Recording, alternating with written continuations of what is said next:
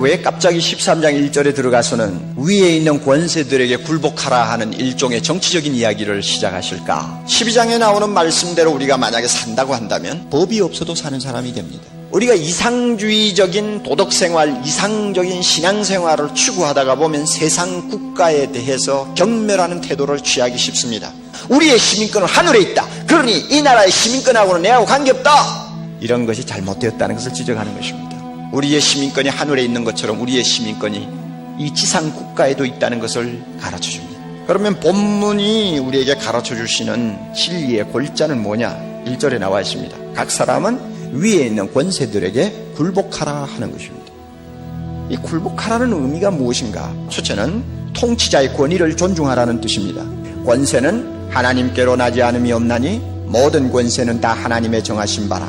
그러므로 권세를 거스리는 자는 하나님의 명을 거스림이니 거스리는 자들은 심판을 자처하리라. 권력의 원천이 하나님에게 있는 것이니까 존경해라, 그것입니다. 통치자의 권력에 우리가 존중을 표하지 못하면 그것은 그 권력을 주신 하나님을 멸시하는 것이라고 하는 것입니다. 이것은 죄가 됩니다.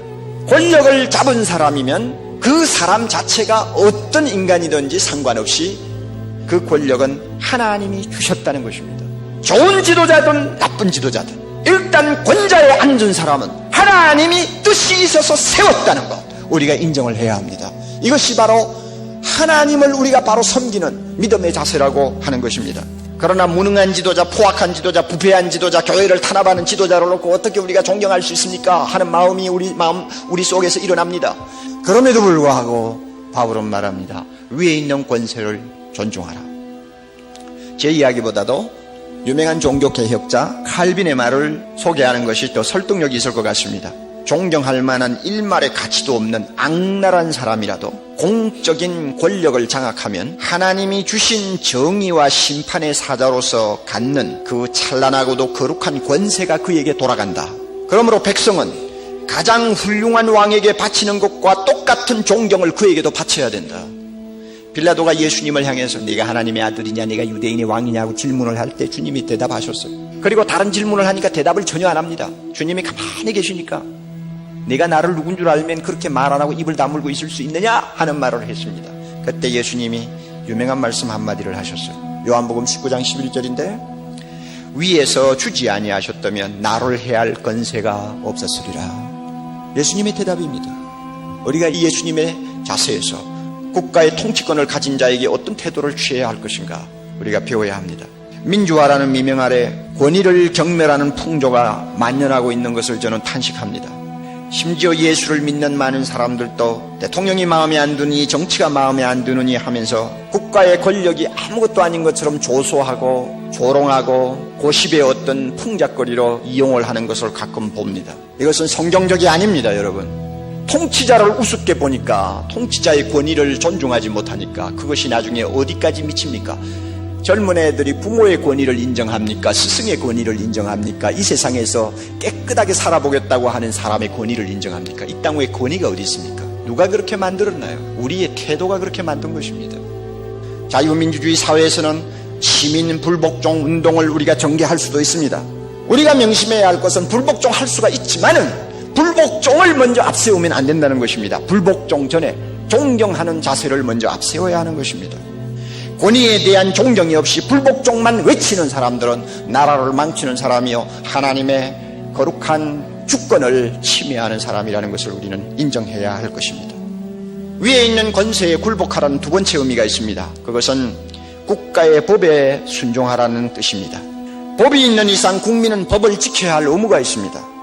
정치가 마음에 안 들고 통치자가 보기 싫은 마당에 법은 무슨 법이냐 하는 생각을 가지는 분들이 가끔 있는 것 봅니다. 그래서 제 마음대로 해요. 조그마한 교통법규도 안 지키려고 합니다. 안 지키는 것으로 굉장히 용감하고 오늘날 이 시대에 영웅처럼 행세하는 것처럼 착각하는 사람들이 있어요. 길가에 가다가 담배를 피우고 담배꽁초를 그 지하철 환기구멍에다가 탁 남보를 던지는 것으로 영웅심을 느끼는 사람이 있어요. 돈 사람이에요, 돈 사람. 조그마한 법 하나도 안 지킴으로써 오히려 자기가 영웅이 된 것처럼 생각한다 그 말입니다. 위에 있는 권세를 굴복하라 하는 세 번째 의미는 국민의 의무를 다하라는 뜻입니다. 다 같이 공세를 받을 자에게 공세를 바치고 국세 받을 자에게 국세를 바치고 두려워할 자를 두려워하며 존경할 자를 존경하라.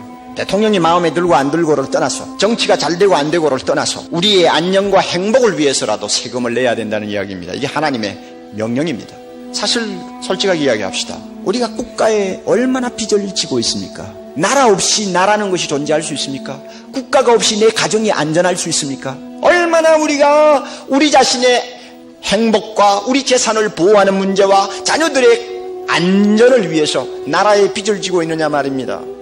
이렇게 빚지고도 세금 내기를 싫어한다면 살 자격이 없을지도 모릅니다. 개인의 힘으로 도무지 누릴 수 없는 공공 서비스를 우리가 얼마나 많이 받고 있습니까? 그럼에도 불구하고 가급적이면 세금 내지 않으려고 납세자는 정직해야 합니다. 구조적인 악이 있는지는 모릅니다. 있을 것입니다. 그럼에도 불구하고 우리는 성실하게 국민의 의무를 다해야 합니다. 이것이 하나님께서 우리에게 명령하는 것입니다. 우리는 지금까지 권세는 누구로부터 온다고 배웠습니까? 하나님으로부터 온다고 배웠습니다. 대선에서 누가 이기던 그 사람을 그 자리에 세우신 분이 누구라고 말씀했죠? 하나님이다. 이거 우리가 믿어야 됩니다. 이거 안 믿으면 안 돼요. 믿어야 돼요. 그러므로 누가 되든 일단 통치권을 잡으면 그 사람에게 존경을 보여야 되고, 그리고 의무를 다해야 되고 법을 지켜야 된다는 것입니다. 저는 우리나라 정치를 보고 절망하지 않습니다. 정치나 경제나 사회 여러 가지 면에서 우리가 실망스러운 것이 있지만 절망하지 않습니다. 왜냐하면 이 나라의 권세는 하나님으로부터 오는 것을 믿기 때문입니다. 누가 되든 간에 하나님이 원하는 자를 세우기 마련입니다. 천만인이 나라를 위해 기도한다면 하나님이 그 기도 안 들어주실 이유 없습니다. 통일을 위해서 이 나라를 준비할 것입니다. 세계 선교를 위해서 이 나라 교회를 준비할 것입니다. 하나님의 영광을 위하여 사용할 것입니다. 그러므로 우리는 말씀대로 하자 그 말입니다.